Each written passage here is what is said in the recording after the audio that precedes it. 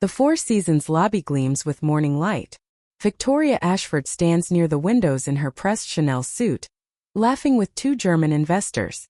A black man in a navy polo shirt approaches, carrying a leather portfolio. Ms. Ashford, Darien Cole. We have a 9 o'clock meeting about the Series C investment. He extends his hand. Victoria stares at his outstretched hand like it's contaminated. She takes a step back, keeping both hands in her pockets. Excuse me, who let you in here? Her voice drips with disgust. The German investors stop talking. This is a private meeting for serious investors, not for people like you. She looks him up and down. Security, get this man out of here before I call the police. Darien lowers his hand slowly. Ms. Ashford, if you just check. I said get out now before I have you arrested for trespassing. Two security guards rush over. Phones emerge from purses. Someone starts recording. Within minutes, Darien walks out, head high. Victoria turns back to her guests, brushing imaginary dirt from her sleeve. She has no idea she just destroyed the only investor willing to save her dying company. 3 months earlier, Ashford Technologies was worth $800 million. Today, the number on the balance sheet makes Victoria's hands shake every time she looks at it. The company burns through $8 million every month. The bank account holds enough cash for 11 more weeks. After that bankruptcy, Victoria sits in her corner office on the 42nd floor. Through the floor-to-ceiling windows, San Francisco Bay stretches blue and indifferent. She's made this view her entire identity. Stanford MBA, Fortune 40 under 40, TechCrunch's most promising founder, 2 years running. Her father built a banking empire in the 80s. Her mother sits on 4 boards. Victoria grew up in Pacific Heights, summered in the Hamptons, and never once worried about money until now. She pitched to 23 investors in 8 months. Every single one said no. Too arrogant. One wrote in an email that got leaked. Doesn't listen to feedback, said another. Red flags about company culture, said a third. Victoria deleted those emails. She told herself they didn't understand vision. But the cash keeps draining, and there's only one name left on her list. Across the country in a penthouse apartment overlooking Manhattan, Darien Cole pours his morning coffee. The apartment is minimalist. White walls, clean lines, a wall of screens showing global markets in real time. He grew up in South Chicago. His mother worked double shifts as a nurse. He wore second-hand clothes and studied by streetlight when the electricity got cut off. Full scholarship to MIT. Computer science and economics. At 24, he built an algorithm that could predict financial risk better than any human analyst. Goldman Sachs bought his startup for $780 million when he was 26. Now at 38, he runs Cole Ventures. $3.8 billion in assets. 47 investments. 43 succeeded. 4 failed. The Wall Street Journal calls him the most successful investor you've never heard of. He doesn't wear suits, never has. It's a test he runs on every potential partner. He wants to see if people respect his ideas or just his bank account. This morning, his video screen shows 3 faces. His analyst Maya, his CFO James, and his assistant Priya. Boss, I finished the Ashford Technologies deep dive. Maya's voice crackles through the speakers. The tech is solid. The financials are a disaster. And Victoria Ashford has a reputation problem. Define reputation problem. Darien sips his coffee. Still too hot. He sets it down. Difficult to work with is the nice version. I found 3 anonymous Glassdoor reviews from former employees. All people of color, all describing microaggressions and being passed over for promotions. James leans into his camera. If you invest, we're all in. 500 million. That's massive exposure for an unproven leader. Which is why I need to meet her in person. Darien picks up his coffee again. It's cooled to a perfect temperature. Numbers can lie. People can't. Not face to face. Priya checks her tablet. I confirmed the meeting 3 weeks ago. 9 a.m. Four Seasons lobby. Her assistant replied, quote, Ms. Ashford looks forward to meeting Mr. Cole. Did you send my photo? I sent your full bio. Forbes profile, company overview, everything. Darien nods. Good. Then she knows who she's meeting. But here's what he doesn't know. Victoria never reads her meeting briefs. She has an assistant for that. She just glances at 9 a.m. investor meeting and assumes they'll be grateful for her time. She definitely didn't Google Darien Cole. If she had, she would have found 47 articles. She would have seen his Forbes 400 ranking. She would have learned about his philosophy of casual dress. She would have read his Fortune interview where he said, "I dress down on purpose. I want to see if people respect me for my ideas or judge me by my clothes." But Victoria doesn't Google. Victoria assumes. And that assumption is about to cost her everything. At 8:45, Darien leaves his apartment. The morning air is crisp. His Uber is already waiting. At 8:50, Victoria is in the Four Seasons lobby charming two German investors who already told her no last week. She thinks they might change their minds. They won't. But she's about to meet someone who could actually save her company. If only she'd recognize him when he walked through the door. Darien's Uber pulls up to the Four Seasons at 9:05. Traffic on Market Street was worse than usual. He texts Priya. "Running 5 minutes late. Let Victoria's office know." She replies immediately. "Already did. You're good." He steps into the lobby. The air conditioning hits him first. That particular hotel cold that smells like expensive flowers and furniture polish. His polo shirt is navy blue, freshly pressed. His khakis have a sharp crease. His white sneakers are spotless. He's dressed exactly how he always dresses for first meetings. Comfortable, authentic, real. Across the lobby, Victoria throws her head back, laughing at something one of the German investors said. She's wearing a cream Chanel suit that probably cost $6,000. Her diamond earrings catch the light every time she moves. Her hair is pulled back so tight it looks painful. The two Germans aren't laughing with her. They're checking their watches. They have a flight to catch. Darien walks toward them. His leather portfolio is tucked under his arm. He's rehearsed this moment. Firm handshake, warm smile. "Thank you for taking the time to meet, Miss Ashford." She turns. Her eyes land on him. Her smile doesn't just fade. Transforms into something else entirely. She looks at his polo shirt, then his khakis, then his sneakers. Her gaze travels back up to his face, and her lip actually curls. "Can I help you?" It's not a friendly question. It's the tone you'd use on someone who knocked on your door selling something you don't want. "Darien Cole." He extends his hand, smiling. "We have a 9 o'clock meeting about the Series C investment for Ashford Technologies." Victoria looks at his outstretched hand. She doesn't move. Her hands stay clasped in front of her designer purse. "Cole Ventures, right?" He tries to keep his voice warm. "My assistant Priya confirmed with your office 3 weeks ago." "Cole Ventures." Victoria repeats the name like she's tasting something spoiled. "I've never heard of it." One of the German investors, a man with silver hair and wire-rimmed glasses, clears his throat. "Victoria, perhaps we should."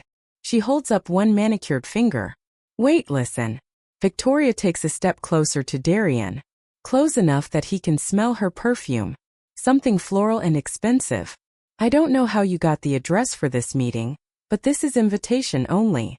"I was invited." Darien keeps his hand extended. "If there's confusion, you can call your assistant, Jenny, right?" She confirmed last Tuesday.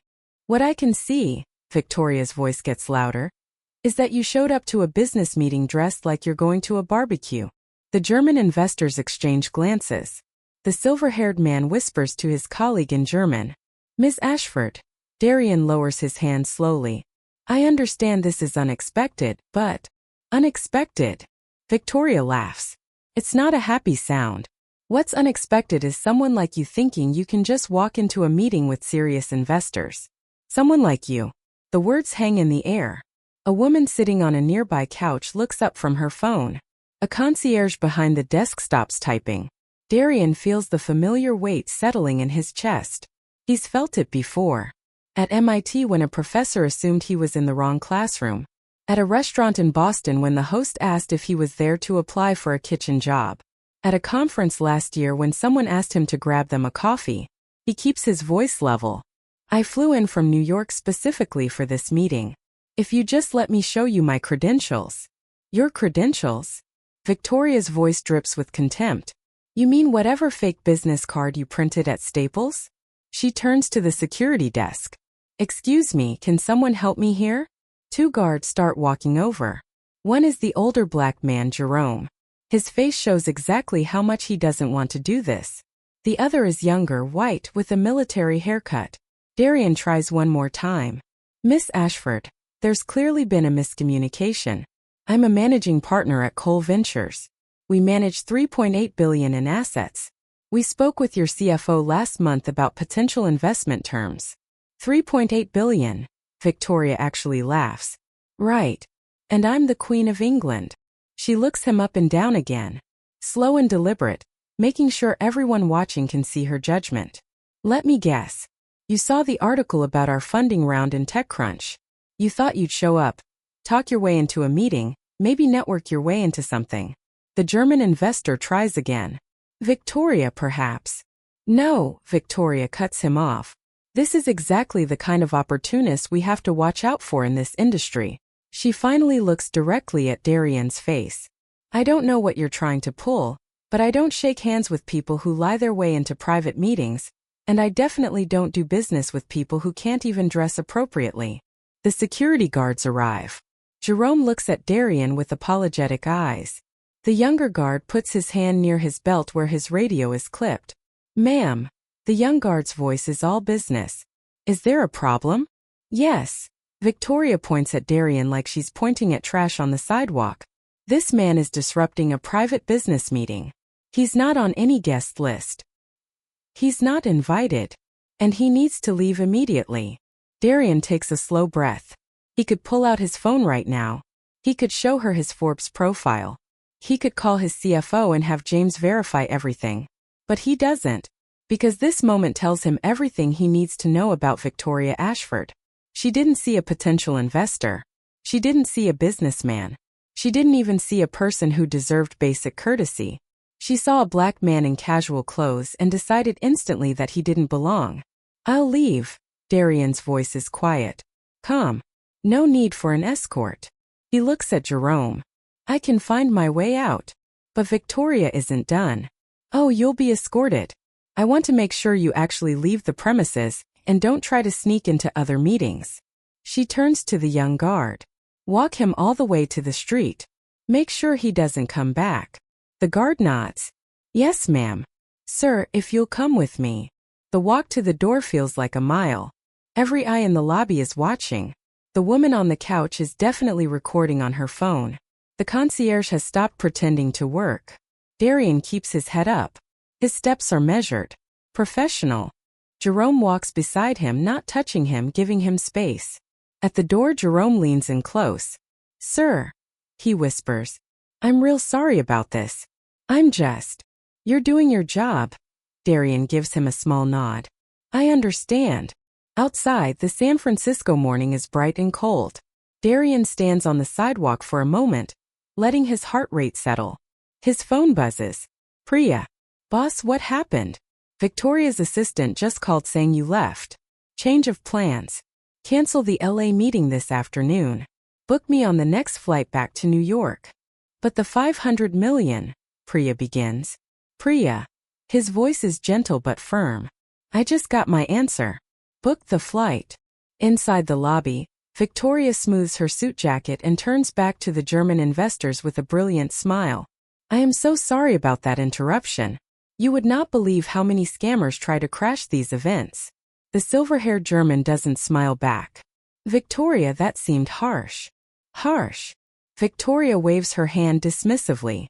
Klaus, you have to be firm with these people, otherwise they think they can take advantage. The other German is already standing, picking up his briefcase. We should go. Our flight. But we haven't finished. We finished last week, Victoria. Klaus's voice is cold. We told you no. We only stopped by to be polite. They shake her hand quickly, professionally, and leave. Victoria stands alone in the lobby watching them go. A small frown crosses her face. Then she shrugs, pulls out her phone and texts her assistant. That investor who just left calls something. Make sure his information is deleted from our system. Don't want his type thinking they can waste our time again. She has no idea that his type is the only person who is actually going to save her company. And in less than 3 hours, She's going to find out exactly who Darien Cole is. 10:30 in the morning. Victoria's office on the 42nd floor. She's already forgotten about Darien Cole. Her assistant Jenny knocks and enters holding a tablet. Her face looks pale. Ms. Ashford, I need to ask you something. Victoria doesn't look up from her laptop. Make it quick. I have a call with the board in 20 minutes. The man at the Four Seasons this morning, the one security escorted out. What about him? You told me to delete his information from our system, but I wanted to confirm first. That was Darien Cole, right? From Cole Ventures. Victoria's fingers stop typing. Her stomach drops. So, Ms. Ashford. Jenny's voice shakes slightly. Did you Google him? Something cold forms in Victoria's stomach. Why would I need to Google some random guy trying to crash my meeting? Jenny sets the tablet on Victoria's desk. The screen shows a Forbes article. The headline reads, Darien Cole, the billionaire investor you've never heard of. Victoria stares at the photo. Same face. Same calm expression. Same person she had thrown out of the hotel an hour ago. Her eyes scan the article. The words blur together at first, then snap into sharp focus. Net worth. $3.8 billion. Cole Ventures, $3.8 billion in assets under management. Forbes 400 ranking. Number 184. Track record. 47 investments. 43 successful exits. Board member. Apple, Microsoft, Tesla, 6 others. Her hands start to shake. Actually shake, like she's holding something too heavy. Jenny, her voice comes out hoarse. Tell me this is a different Darien Cole. Jenny reaches over and scrolls down. There's another photo. Darien at a tech conference standing next to Sundar Pichai. Darien shaking hands with Tim Cook. Darien on a panel at Davos. In every photo he's wearing casual clothes. Polos. Button-downs without ties. Never a suit. Victoria's throat closes up. She tries to swallow. Can't. The meeting was confirmed 3 weeks ago, Jenny whispers. I have the emails. He was coming to discuss Series C. $500 million. $500 million. The number echoes in Victoria's head like a bell. Without that money, the company dies in 11 weeks. Oh my God. Victoria stands up so fast her chair rolls backward and hits the window. Oh my God. Oh my God. She grabs her phone, finds Darien's number in the deleted contacts folder. Her fingers are sweating so much she has to wipe them on her skirt before she can dial. The phone rings once, twice, 3 times. Voicemail. Mr. Cole, this is Victoria Ashford. I believe there was a terrible misunderstanding this morning. I would love to reschedule our meeting at your earliest convenience. Please call me back. She hangs up immediately. Calls again. Voicemail again. Jenny. Victoria's voice is getting higher. Get Marcus in here now. Marcus Brooks, the CFO, arrives 3 minutes later. He's holding a coffee and a folder of quarterly reports. What's the emergency? Victoria shows him the Forbes article. The investor we were supposed to meet this morning, the one I had security throw out. Marcus reads. His face goes from confused to shocked to horrified in about 10 seconds. Please tell me this is a joke. Do I look like I'm joking? Marcus sets down his coffee. Some of it sloshes over the rim onto the quarterly reports. He doesn't seem to notice. Victoria, please tell me you didn't actually have Darien Cole removed from the hotel. I didn't know who he was. He showed up dressed like a college student. He's famous for that. Marcus's voice rises. He literally wrote an op-ed about it in the Wall Street Journal. It's his whole thing. He doesn't wear suits. Everyone knows this. Victoria sinks into her chair. The leather squeaks. The sound makes her flinch. Can we fix this? Marcus pulls out his phone, starts scrolling. His jaw tightens. Cole Ventures was our only option, Victoria. We've been rejected by 23 other firms. Cole was interested because of our tech. He spent 8 months researching us. 8 months. So we apologize. We explain. He invests based on character. Marcus looks up from his phone. He said it in every interview. He doesn't care about pitch decks. He cares about leadership, about how people treat others. The words land like stones. Victoria tries Darien's number again. Voicemail. She doesn't leave a message this time. She opens her laptop, types an email with shaking fingers. Dear Mr. Cole, I want to sincerely apologize for the confusion this morning. It was a hectic day and I failed to properly review my schedule. I would be honored to reschedule at your convenience. Our entire team is excited about the possibility of partnering with Cole Ventures. Warmest regards, Victoria Ashford. She hits send. The whoosh sound feels final. Marcus is still scrolling his phone. Oh no. What? Klaus posted something. He shows her the screen. The German investor's tweet doesn't name anyone, but it's obvious. Witnessed a shocking display of unprofessionalism at a SF meeting today. How you treat people says everything about character. #business ethics. It already has 240 retweets. Victoria's phone rings. She jumps. But it's not Darien. It's Richard, the board chairman. Victoria, I just got off the phone with Klaus. He said you threw someone out of your meeting this morning. There was a misunderstanding. He said you refused to shake the man's hand, that you called security on him, that the man was Darien Cole. Silence. Richard, I can explain. Do you understand what you've done? His voice is cold. Ice cold. We need $500 million to survive. Cole was our last option. Our only option. And you humiliated him in a hotel lobby. It was a mistake. I'm trying to reach him. Trying. Richard laughs. It's bitter. Victoria, I've worked with Cole before on another deal. When someone disrespects him, he doesn't give second chances. Ever. It's not about ego. It's about values. The line goes dead. Victoria tries Darien again. Voicemail. She emails again. Mr. Cole, I realize my behavior this morning was unacceptable.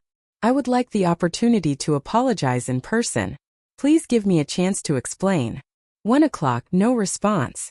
2 o'clock, no response. 3 o'clock. A tech blog called The Information posts an article. Sources say Victoria Ashford kicked out billionaire investor, mistook him for crasher. The article has no byline. It's sourced to someone familiar with the matter, but it has details. Specific details. Victoria's phone starts ringing. Other board members, investors, her PR firm. By 4 o'clock, she's called Darien 15 times. She sent 8 emails. She's tried messaging him on LinkedIn. Nothing. Marcus comes back to her office at 5. I reached out to James, Cole's CFO. We worked together at Goldman years ago. And he said Darien made his decision the moment he walked out of that hotel. The investment is dead. Victoria's vision actually blurs for a second. She grips the edge of her desk. But our employees. 3,000 people will lose their jobs. Darien knows that. Marcus's voice is flat. He also knows it's not his responsibility to save a company run by someone who treated him like that. At 6 o'clock, Victoria is still in her office. The sun is setting over the bay. The sky is orange and purple, beautiful in a way that feels insulting. She pulls up Darien's interviews, starts reading.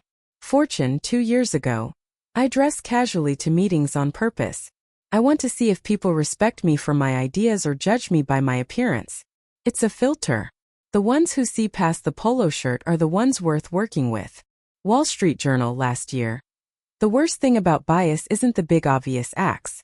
It's the thousands of small moments where someone decides you don't belong before you even open your mouth. TechCrunch 6 months ago. I've been mistaken for catering staff, security guards, janitorial workers. Each time I learn something about the person making the assumption. Victoria closes the laptop, puts her head in her hands. He tested her and she failed. She didn't just fail. She failed spectacularly. Publicly. With witnesses recording. Her phone buzzes. Not Darien. A text from her PR person. Bloomberg is calling. They want to comment on the incident. What should I tell them? Victoria doesn't respond. At 8 o'clock, she tries calling Darien again. The line doesn't even ring this time. Straight to voicemail. He blocked her number. She tries emailing from her personal account. Mr. Cole, I understand if you never want to speak to me again, but I'm begging you to consider the 3,000 employees at Ashford Technologies who have nothing to do with my terrible judgment. Please. No response. At 10, she's still in her office. The janitor knocks, asks if she's working late. She waves him away. At 11 o'clock, she finally goes home. She doesn't sleep. At 2 o'clock in the morning, she's on her laptop reading everything she can find about Darien Cole. His background. His mother worked 3 jobs. His scholarship to MIT. The companies he's built. The founders he's mentored. There's a video of him speaking at a conference for Black entrepreneurs. He's wearing jeans and a Stanford hoodie. He looks relaxed, happy. The system wants you to play by rules that weren't written for you, he says in the video. Sometimes the most radical thing you can do is just be yourself. Show up as you are. If they respect you, great. If they don't, you just saved yourself years of working with the wrong people. The audience applauds. Darien smiles. Victoria closes the laptop. She sits in the dark of her Pacific Heights home, surrounded by expensive furniture and art she barely looks at. She ruined everything. Not because she made a mistake, because she revealed exactly who she is. And Darien Cole saw it clearly. Day 2. 7 in the morning. Victoria stands in the lobby of Cole Ventures headquarters in Manhattan. She's wearing yesterday's cream Chanel suit. It's wrinkled. There's a coffee stain on the sleeve. She couldn't get it out in the airplane bathroom. The red-eye from San Francisco was 6 hours of staring at the seat in front of her. No sleep. Just the flight tracker counting down miles. Cole Ventures is 40 stories of glass and steel. The lobby has white marble floors that echo every footstep. Modern art hangs on pristine walls. The receptionist desk looks like it cost more than most cars. Victoria approaches. The receptionist is young, professional, with a name tag that reads Lisa. Good morning. I need to see Darien Cole. Do you have an appointment? No, but it's urgent. I'm Victoria Ashford. I'm sorry, Miss Ashford. Mr. Cole only sees people by appointment. Please just tell him I'm here. 5 minutes. That's all I need. Lisa looks uncomfortable. She picks up her phone, speaks quietly. Victoria can't hear the words, but Lisa glances at her twice. Lisa hangs up. I'm sorry. Mr. Cole is in meetings all day. Victoria's stomach drops. I'll wait. Ma'am, he could be in meetings until 6 o'clock or 7. I'll wait. Lisa hesitates, then nods. There are chairs by the window. 9 in the morning. The chairs are expensive and uncomfortable. Victoria sits anyway. 9:45. Employees pass by. Some glance at her. Some do double takes. She knows they recognize her. 10:30. Lisa brings coffee. Are you sure you want to keep waiting? I'm sure. Victoria's back aches. She checks her phone. 42 missed calls. 37 emails. She ignores them all. Noon. She orders flowers from across the street. Expensive roses. She writes on hotel stationery. Mr. Cole, I made a terrible mistake. I judged you before knowing you. Please give me 15 minutes to apologize in person. Victoria. She gives them to Lisa. Can you send these up? I'll make sure he gets them. 12:30. Every time the elevator opens, Victoria's heart jumps. Every time it's not Darien, she sinks lower. 1 o'clock. Employees return from lunch laughing. They see Victoria. The laughter stops. They whisper as they pass. She's becoming a story. The CEO sitting in a lobby for 4.5 hours. 1:45. Lisa approaches again. Miss Ashford. Mr. Cole appreciates the flowers, but he's not available today. Please, Victoria's voice cracks. Please ask again.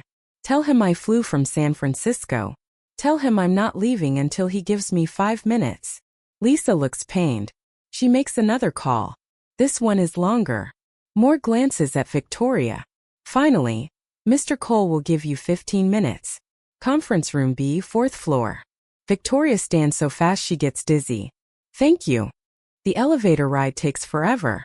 Conference room B is small. No windows. Just a table and 6 chairs. Darien is already sitting. Gray button-down jeans. He looks rested, calm. He doesn't stand when she enters.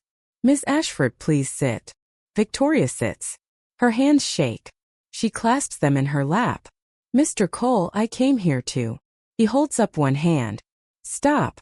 Before you apologize, I want to make something clear. His voice is quiet, controlled. You keep saying you didn't know who I was. Like that's the problem. Victoria opens her mouth. He continues. The problem isn't that you didn't know my net worth. The problem is you saw a black man in casual clothes and instantly decided I didn't belong. Each word lands like a hammer. You refused to shake my hand, called security, humiliated me in front of 50 people. Silence. If I had been a 60-year-old white man in a suit, would you have done that? Pause. Would you? No. Victoria's voice barely carries across the table. No, I wouldn't have. That's the problem, Miss Ashford. Not mistaken identity. Bias. Tears fill Victoria's eyes. She doesn't wipe them. You're right, and I'm ashamed. Darien leans back. You sat in my lobby for 3.5 hours. Yesterday you had me removed in 3 minutes. Victoria flinches. I know. Interesting how perspectives change when you need something. The silence stretches. Victoria hears her own heartbeat. I came to ask for a second chance, she finally says. For my company. For 3,000 employees who lose jobs without funding. And if I say no, then I deserve that. But they don't. Darien studies her. 10 seconds, 20, 30. I'll invest on conditions. Victoria's breath catches. Anything. Don't agree until you hear them. He slides a paper across the table. Victoria reads. Her hands shake harder with every line. Public apology admitting racial profiling. Independent cultural audit. Board must be 40% diverse within 12 months. $5 million donation from her personal funds. 6 months intensive bias coaching. Quarterly progress reports. You agree to all of this or I walk, Darien says. And this time I don't come back. Victoria looks at the list. Looks at him. Back at the list. Her entire reputation. Her pride. Her position. Everything she's built her identity on. Gone. But 3,000 jobs were saved. I agree. 48 hours to schedule the press conference. My lawyers draft the formal agreement. If the audit finds systemic discrimination, I pull out immediately and I make the reason public. Victoria nods. She can barely breathe. One more thing. Darien stands. Meeting over. This isn't punishment. It's about change. Real change. If you can't commit to that, tell me now. I commit. Victoria stands. Her legs feel weak. Thank you. Darien doesn't shake her hand. Not yet. Don't thank me. Thank the 3,000 employees. They're the only reason I'm doing this. He opens the door. Lisa will show you out. Victoria walks to the elevator. Her reflection in the steel doors shows someone 10 years older than yesterday. But she can breathe again. 48 hours to do the hardest thing she's ever done. Tell the truth. Day 3. Ashford Technologies headquarters. The press conference room is packed with journalists, cameras, and lights that make the air feel 10 degrees hotter. Victoria stands at the podium. No makeup artist fixed her face this morning. No PR team polished her statement. This is raw, real. Her hands grip the edges of the podium. The wood is cool under her palms. She can feel sweat forming at her hairline. 40 cameras point at her. She sees her reflection in one of the lenses. She looks small. 3 days ago, her voice shakes. I committed an act of racial profiling. Someone's camera flash goes off. Then another. The room fills with clicking sounds. I refused to shake hands with Darien Cole, a black investor who traveled across the country to meet with me. I judged him based on his appearance and the color of his skin, not his credentials, not his character. I called security on him.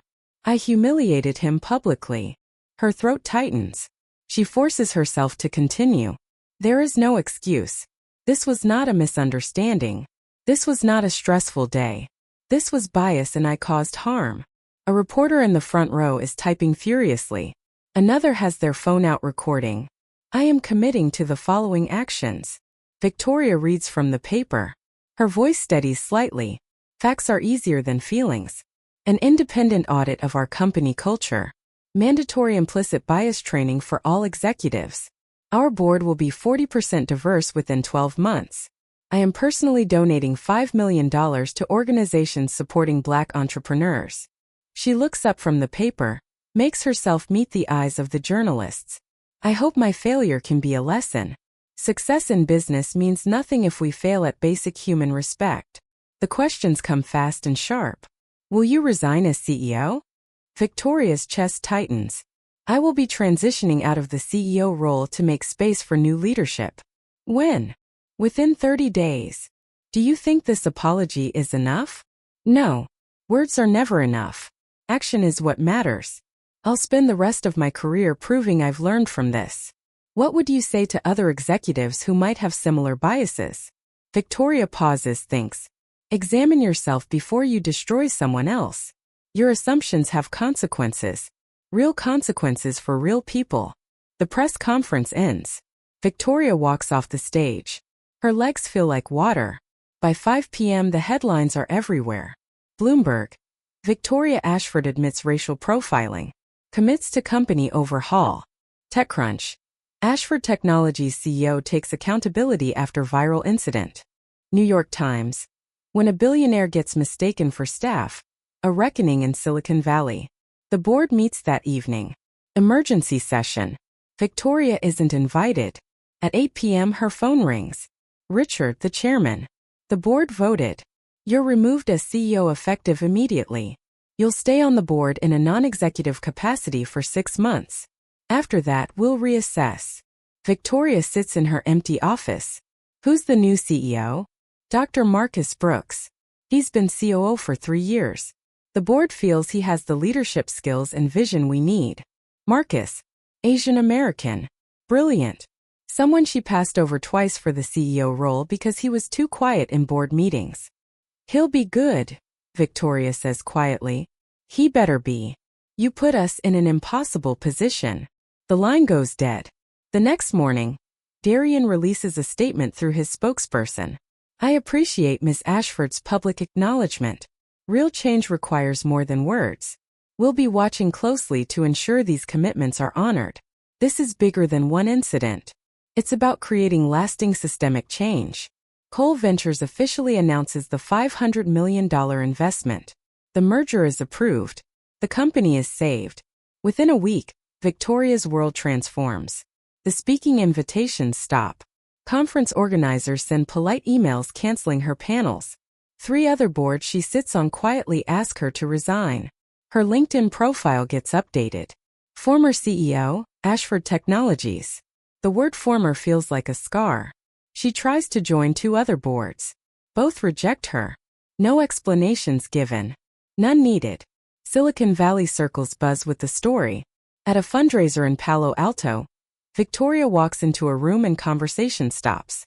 People suddenly remember they need to be somewhere else. She leaves early, drives home through streets she's driven 1,000 times. Everything looks the same. But she's different now. Not redeemed, not forgiven. Just different. The woman who had everything and lost it, because she couldn't see past her own assumptions. The consequences are just beginning.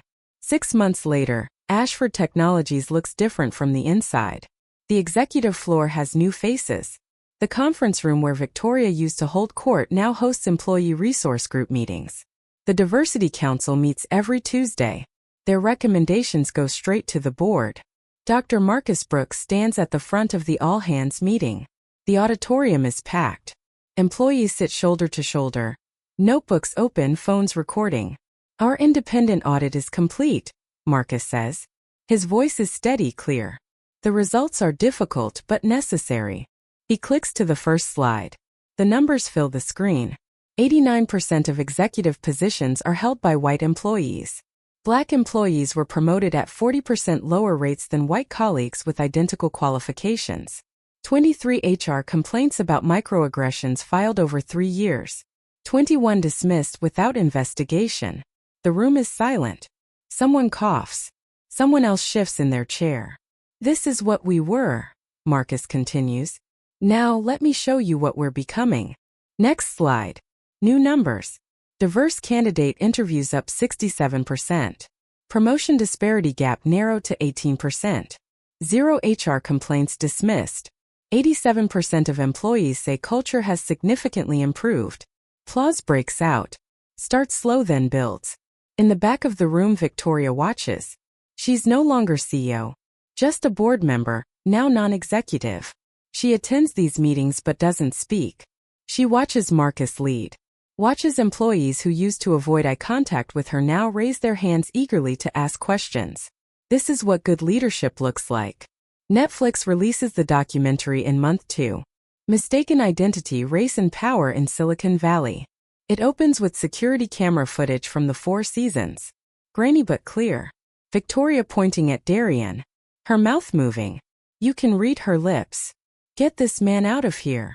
The documentary interviews 15 people. Former Ashford employees speak with their faces in shadow, voices disguised. I was the only black woman in engineering, one says. Her voice is altered to a lower pitch. At the company holiday party, 3 different people asked if I was someone's guest. I worked there for 2 years. Another. I watched white colleagues with less experience get promoted over me. Every time I asked why, they said I wasn't leadership material yet. Code for something else. A Latino manager. I was told I was too aggressive in meetings. My white colleagues, who acted exactly the same way, were called assertive leaders. The documentary shows Darien, too. He sits in his office, the Manhattan skyline behind him. This happens every day to people without my resources, he says.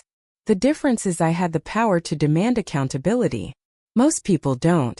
They just suffer in silence or leave. Victoria agreed to be interviewed.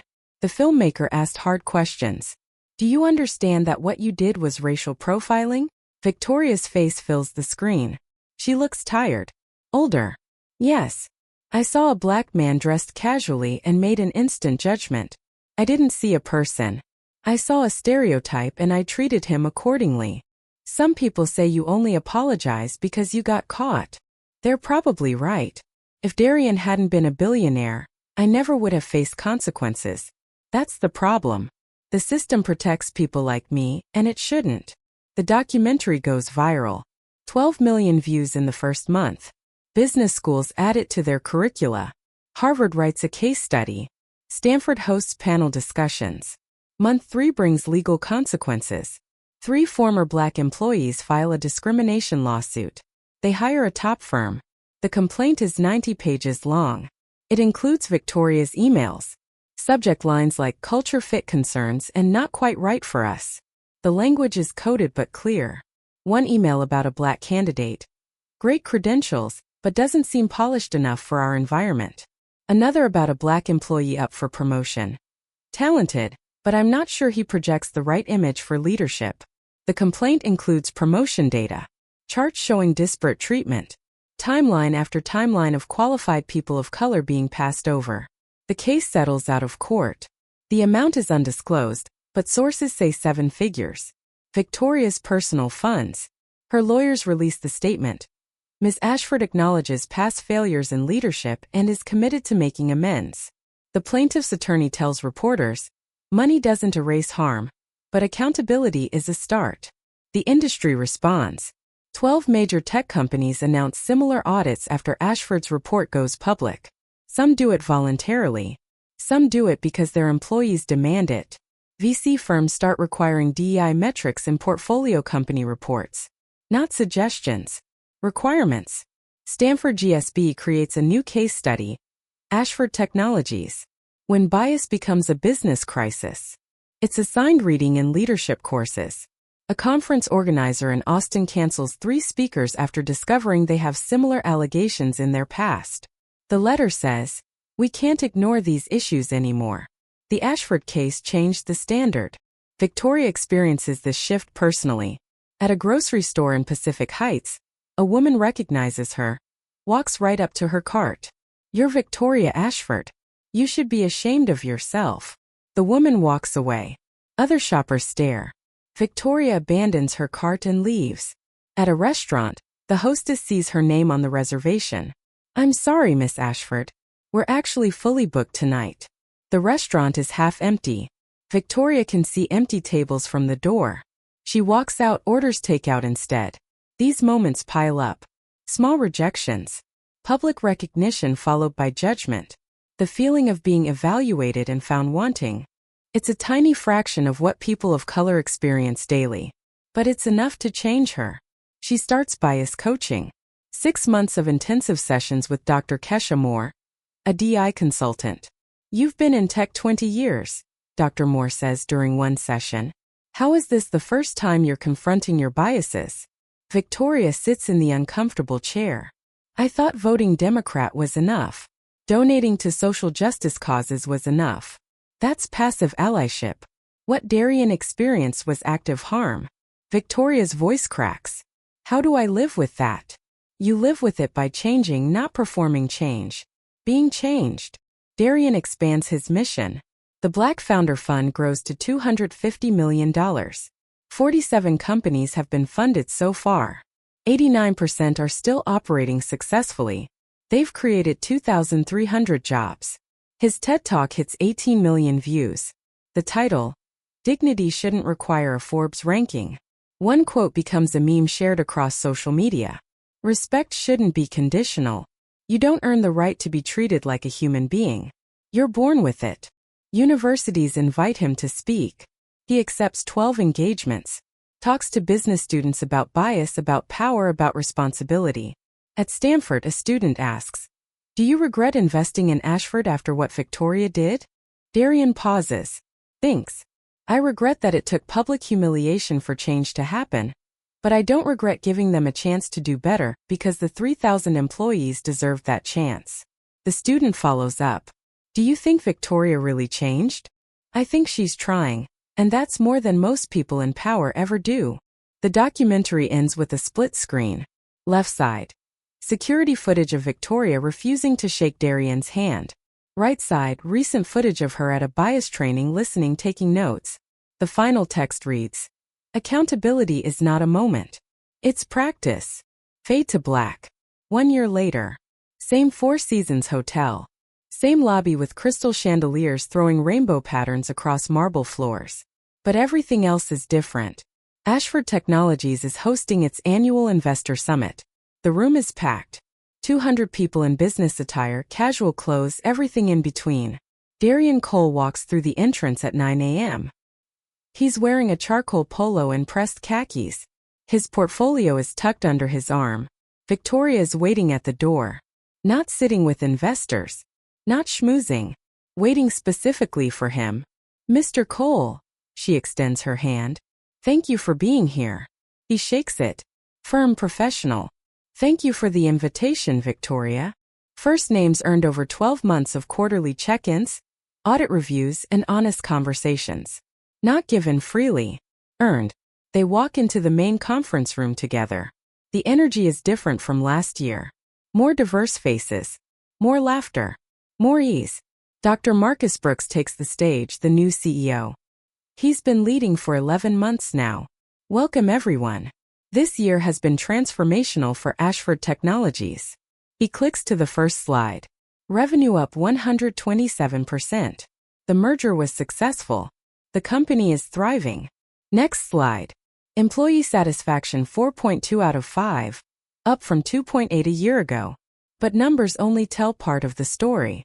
Marcus gestures to the audience. The real change is in this room. Look around. This is what Ashford looks like now. The executive team stands. 10 people. 4 are people of color. 5 are women. 1 uses a wheelchair. This is intentional, strategic, real. Later, there's a panel discussion.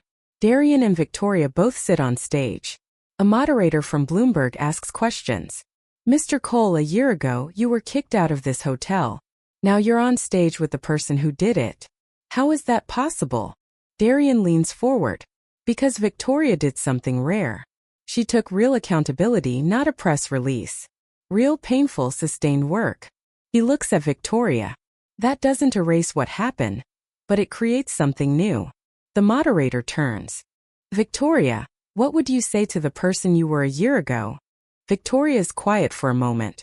When she speaks, her voice is steady but emotional. "I would say, your privilege blinded you. You harmed someone because you couldn't see past your assumptions. It took losing everything to finally see." She turns to Darien. "I'm grateful you gave me and this company a second chance, but no one should need to be a billionaire to be treated with dignity." Applause fills the room. Backstage afterward, Victoria and Darien stand alone briefly. "Darien, I know I've said this before, but thank you for not just walking away." "I didn't do it for you, Victoria." His voice is kind but honest. I did it for every black person who gets judged before they speak. For every person of color who has to prove their humanity before their competence. I know. And that's why it mattered. They shake hands again. This time it means something different. The Cole Ventures Black Founder Fund now manages $250 million. 47 companies funded. 89% are still operating. 2,300 jobs created. Darien's TED Talk has 18 million views. It's shown in 140 business schools worldwide. Victoria is no longer CEO. She's board chair, non-executive. She teaches one seminar per semester at Stanford.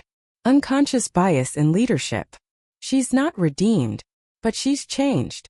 And sometimes that's all anyone can ask. Darien looks directly into the camera now. His voice is calm, powerful. A year ago, a woman judged me by my skin color and my clothes. She refused to shake my hand. She had me removed from a building. Pause. She was wrong. But here's what matters. She owned it. She didn't hide behind lawyers or PR statements. She did the hard, uncomfortable work of change. This isn't a story about one bad person becoming good. It's about systems. The systems in our heads, in our companies, in our society that tell us who matters and who doesn't. Those systems don't change with one apology. They change with sustained action, with accountability, with people in power using that power to build, not exclude. He leans closer to the camera. So here's my question to you. When was the last time you made an assumption about someone based on how they looked? Have you ever walked past someone's humanity to get to a transaction? If you had Victoria's chance to make it right, would you take it or would you protect your ego? Pause. Let it sink in.